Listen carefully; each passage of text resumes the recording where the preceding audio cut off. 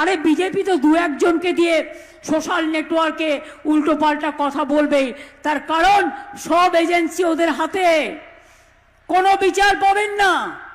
বিচারের জায়গাগুলো সব বিজেপি এজেন্সি দিয়ে বন্ধ করে দিয়েছেন, কিন্তু বিচার একটা জায়গায় পাবেন, সেটা হচ্ছে মানুষ। গণতন্ত্রের সবচেয়ে বড় শক্তি মানুষ, অন্য কেউ না।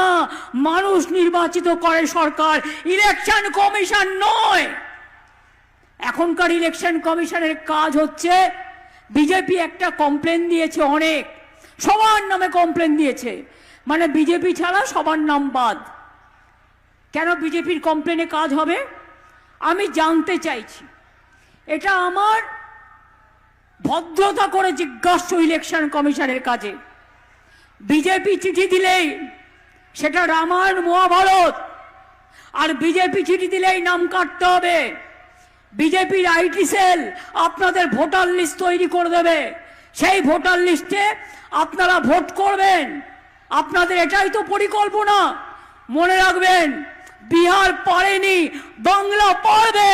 আপনার যা ইচ্ছে করে যান, মনে রাখবেন বাংলায় এসআইআর করুন, এজেন্সি লাগান, ইলেকশনের আগে ইনকাম ট্যাক্স লাগান, ইডি লাগান, সিবিআই লাগান, বিএসএফ লাগান, সিআরপিএফ লাগান, সিআইএসএফ লাগান।